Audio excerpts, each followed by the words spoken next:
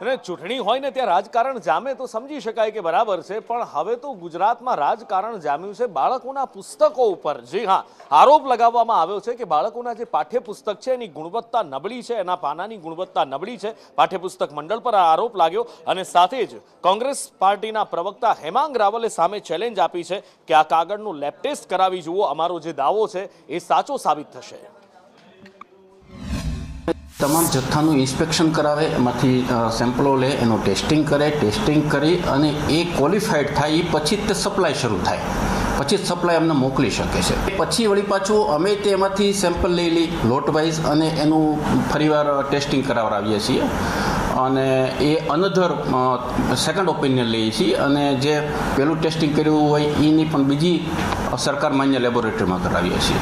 જ્યારે પુસ્તકો બજારમાં આવ્યા હોય ત્યારે એ પુસ્તકોના કાગળ અને એની વ્હાઇટનેસ, એની બ્રાઇટનેસ જો ખરી ના ઉતરતી હોય તો એની જવાબદારી કોને લેવાની? હું આજે પાઠ્યપુસ્તક મંડળના એ દરેક અધિકારીને ચેલેન્જ આપું છું કે મારી સાથે આવે અને બજારમાંથી પાઠ્યપુસ્તકો મંડળ ખરીદે। જે પાઠ્યપુસ્તક મંડળે છાપેલા પુસ્તકો છે એ અધિકારીઓ મારી સાથે રહીને આપણે જોડે ખરીદીએ અને એનો કાગળ કાપીને લેબની અંદર ટેસ્ટ કરાવવા મોકલીએ, એટલે દૂધનું દૂધ અને પાણીનું પાણી